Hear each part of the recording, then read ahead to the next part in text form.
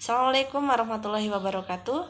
Salam jumpa mahasiswa Universitas Terbuka dimanapun Anda berada. Jumpa lagi dengan saya pada sesi kelima mengenai tanah, lahan, dan makhluk hidup. Ada kata mutiara yang menyatakan bahwa suatu bangsa yang menghancurkan tanahnya sama dengan menghancurkan dirinya sendiri. Hutan adalah paru-paru dari tanah kita, memurnikan udara dan memberi kekuatan baru kepada orang-orang kita. Dari kata mutiara tersebut dapat kita ambil kesimpulan bahwa tanah merupakan salah satu sumber kehidupan manusia. Nah, karakteristik tanah dengan komponen, struktur, dan potensinya merupakan bagian dari faktor fisik abiotik yang sangat penting bagi mekanisme ekologis.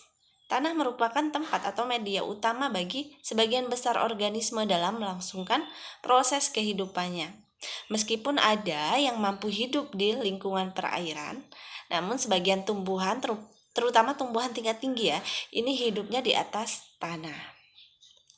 Sebagian hewan air pun tetap membutuhkan tanah sebagai tempat melangsungkan hidupnya, seperti bertelur, menetaskan anaknya, mencari makanan, atau yang lainnya.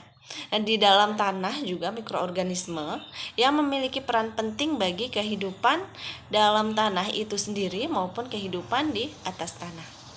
Pemahaman tentang jenis tanah penting bagi pemanfaatan dan daya guna lahan.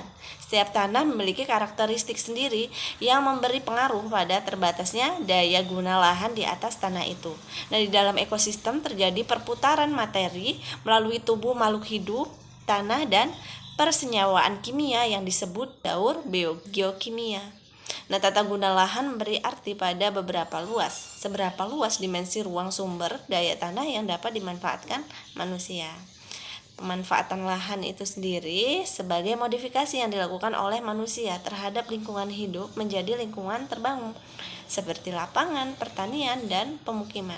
Dalam sesi 5 ini Anda diharapkan dapat menjelaskan pengertian dari tanah, sifat fisiknya, sifat kimianya, profil tanah, komposisi tanah, perannya, pengertiannya, klasifikasi, pengelolaan, pengertian daur biogeokimia, daur fosfor, sulfur, karbon, dan oksigen, daur nitrogen, tata guna lahan, dan kriteria kawasan hutan produksi serta kriteria kawasan pertanian.